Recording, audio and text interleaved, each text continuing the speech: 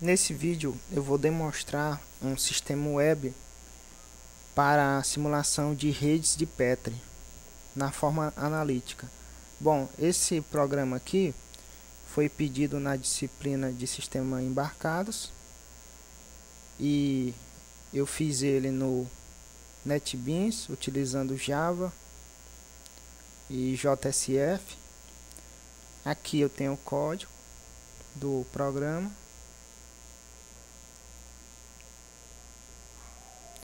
E as pastas do projeto, a página,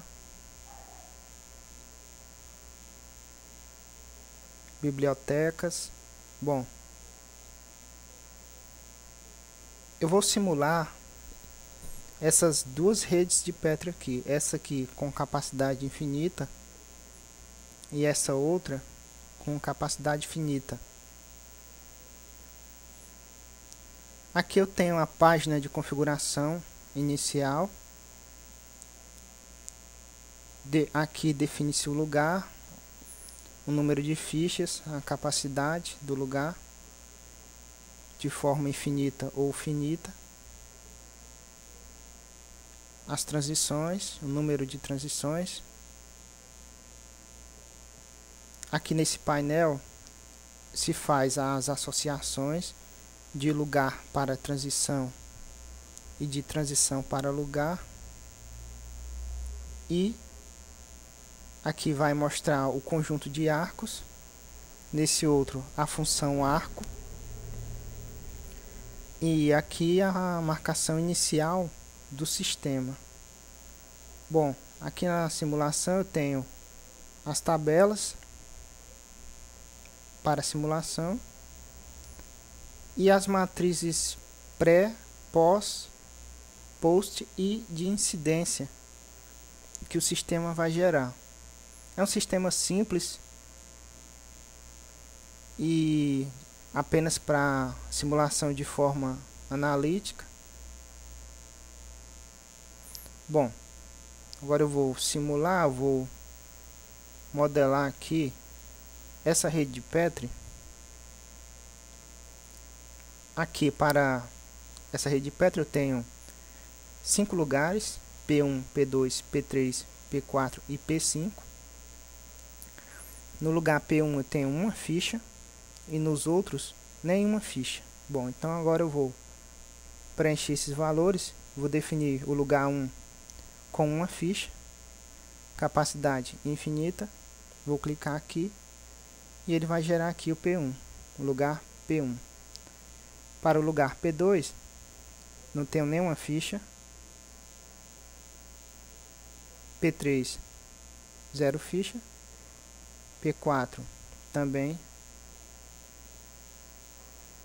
e P5. Tenho 5 transições, T1, T2, T3, T4 e T5. Bom, agora eu já posso fazer as associações para a geração das funções arco e conjunto de arcos. Olhando aqui no gráfico, o lugar P1 vai ligar T1. Então eu vou ligar aqui P1 para T1. Peso do arco é 1. Olhando aqui, ó, já está gerando a função. Bom, agora P2 para T2.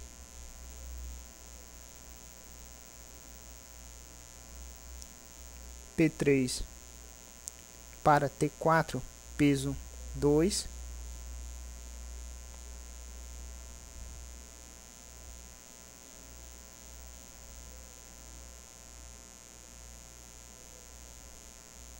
P4 liga T3 e T4. Peso do arco 1.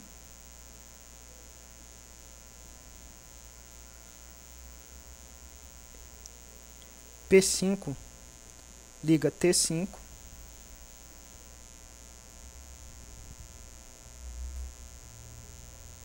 E agora eu vou fazer o contrário, eu vou ligar as transições aos lugares.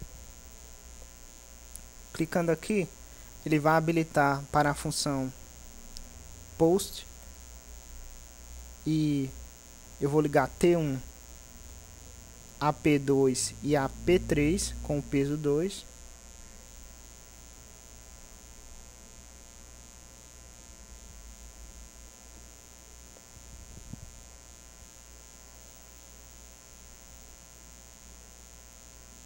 Agora T2 a P4.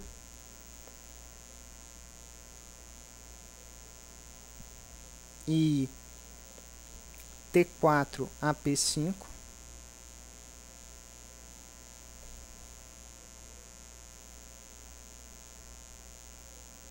T4, não, agora T3 para P2.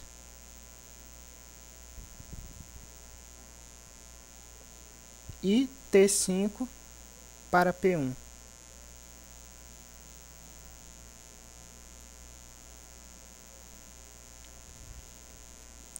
Bom, feito todas essas associações, agora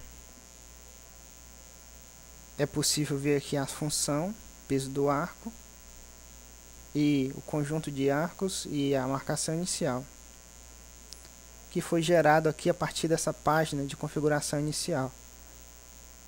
Clicando aqui, ele vai gerar a tabela de simulação e as matrizes. Não tenho nenhum dado aqui ainda. Vou gerar. Ok. Olhando aqui na tabela, eu tenho aqui as transições, as duas tabelas para lugares e transições.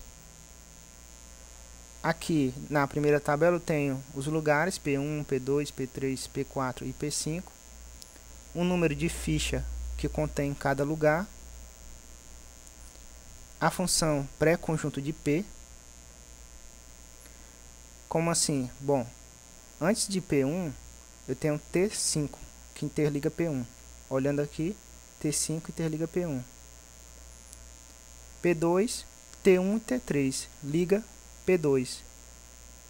T1 e T3 interliga P2. P3, T1, olhando aqui, P3 é ligado por T1.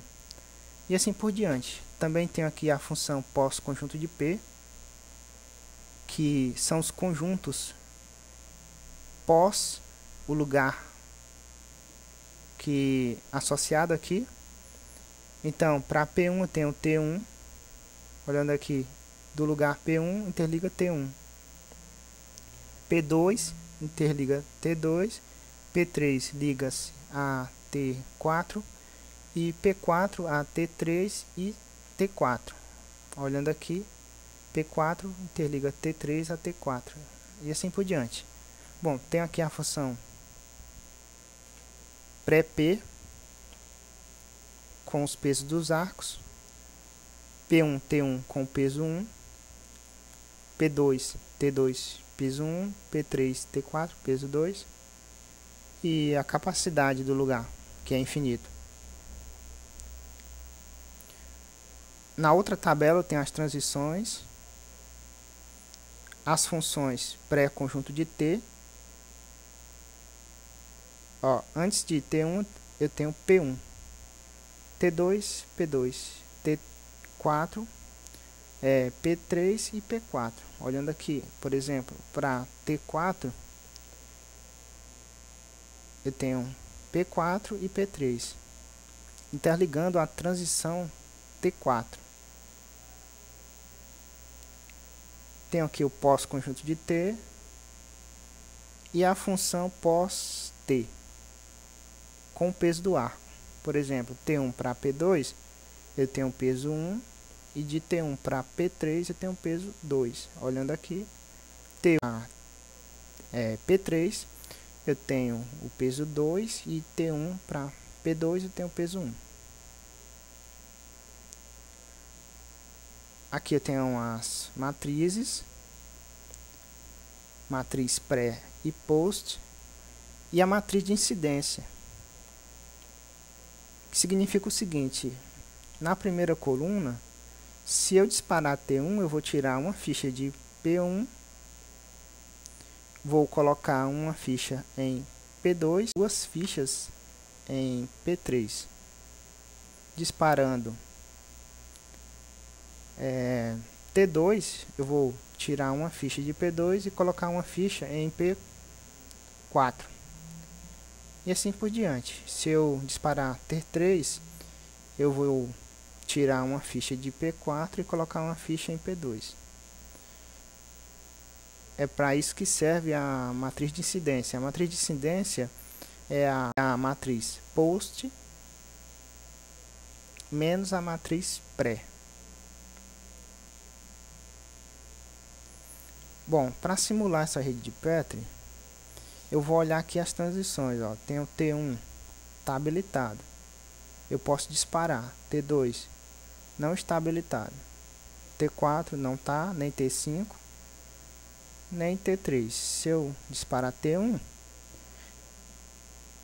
como visto aqui na matriz, ele vai tirar uma ficha de P1, colocar uma ficha em P2 e duas fichas em P3. Vamos ver isso. Bom, vou disparar T1.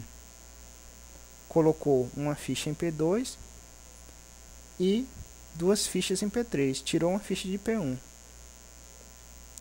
Agora, eu vou disparar T2. Tirou uma ficha de P2 e colocou uma ficha em P4. Olhando isso aqui na matriz. Tirou uma ficha de P2 e colocou uma em P4. Agora eu tenho a transição T3 habilitada. Vou disparar. Voltou aquela marcação anterior.